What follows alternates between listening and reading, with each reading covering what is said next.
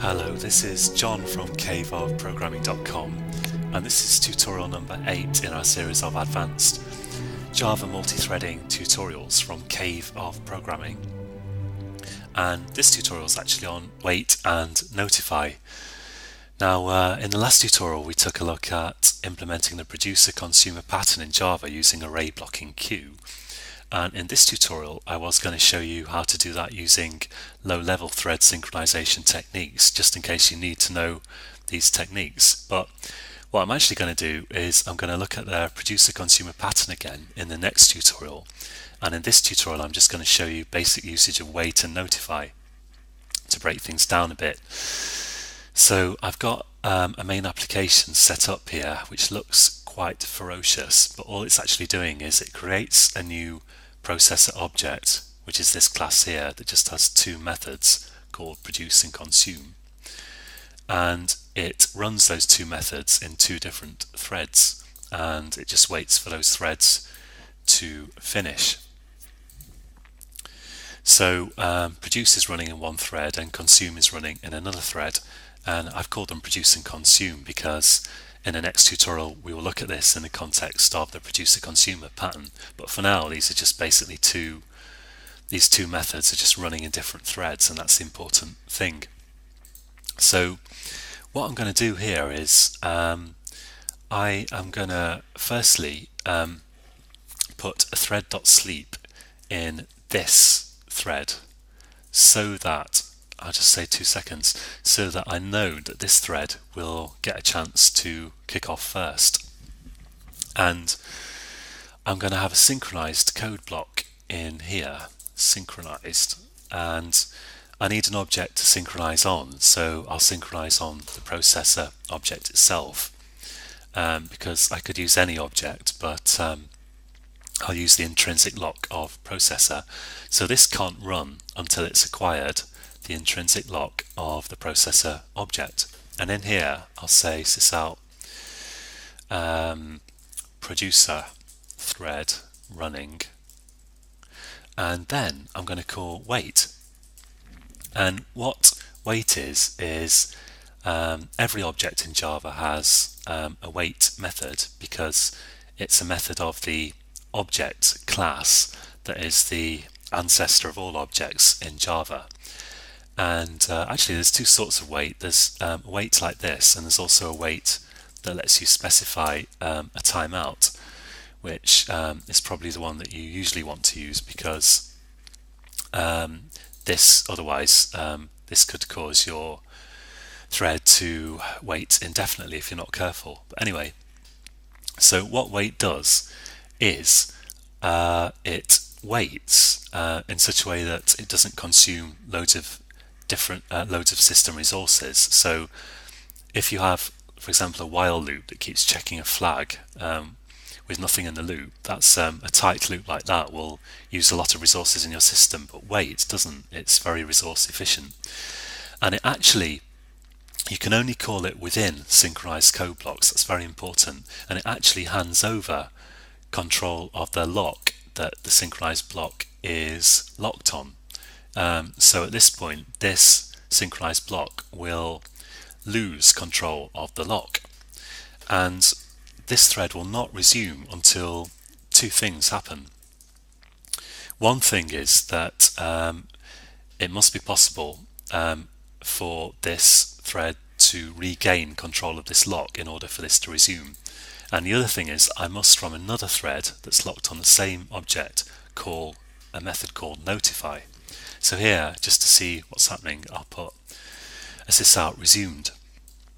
Now here I'm going to have another synchronized code block, and this is very important. I will lock this on the same object, so I'm using the same intrinsic lock for both of these, the same lock for both of these sections, synchronized sections of code. And so this is going to run first because I've put this sleep in here, and then when this gets to wait, it will hand over control and relinquish that lock, and then this will be able to run and acquire the lock.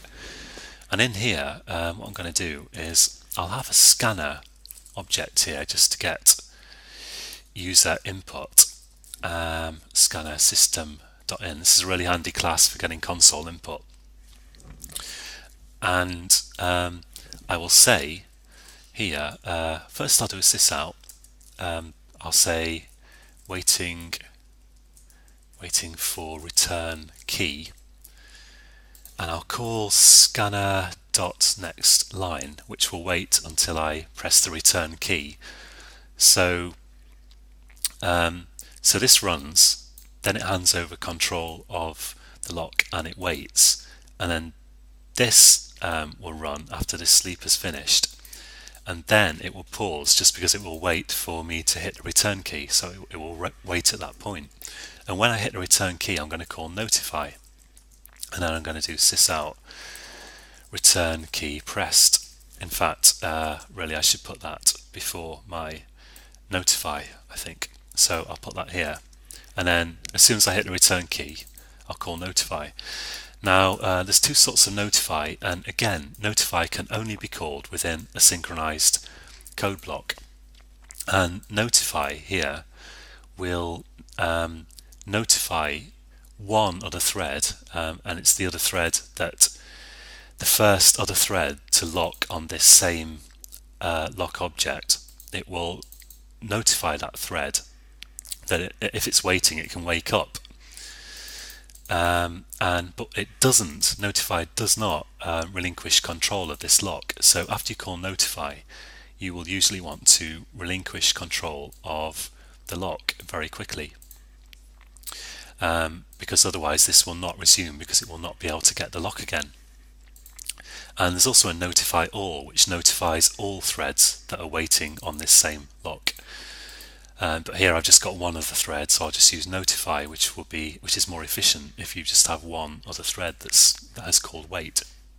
So let's see what that does. I'll run that, and it says produce a thread running, and then we get to wait here immediately after this is output, and then this hands over control, it relinquishes this lock, and then here in this other method, in this other thread in fact, sleep finishes, and then this is able to get control of the lock because this has handled it over with wait, and this says waiting for return key, and it waits for a return key, and at that point everything's halted. So this is waiting for a return key, and this won't carry on until notify runs. Now I'll hit the return key, and you see here this outputs return key pressed. It calls notify, and as soon as notify is called it exits the synchronized block, and this wait returns and this reacquires the lock, and then it says resumed. So this is a very handy mechanism for synchronizing the behavior of your threads, and we will look at this. In the next tutorial we'll look at how to produce a consumer using this technique. Now, just to prove the point that notify does not hand over control of the lock, unlike wait, I'm going to just put a thread.sleep in here. Thread.sleep, let's say 5 seconds, 5,000 milliseconds. Now if I run this, what we'll see is this thread will not resume until I press the return key and this sleep has finished, because calling notify is one thing that will tell this to wake up, but this won't actually get past, it won't actually carry on until it can reacquire the lock, and it can't reacquire the lock until this block has relinquished the lock and my thread.sleep has finished. So I'll run that, produce a thread running, this sleep expires, it waits for the return key.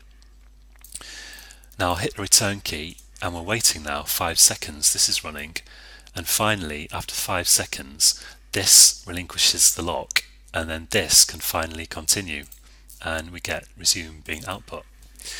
That's all for this tutorial. In the next tutorial I'll show you how to produce a consumer with this, and you can find this code on caveofprogramming.com, that's all one word.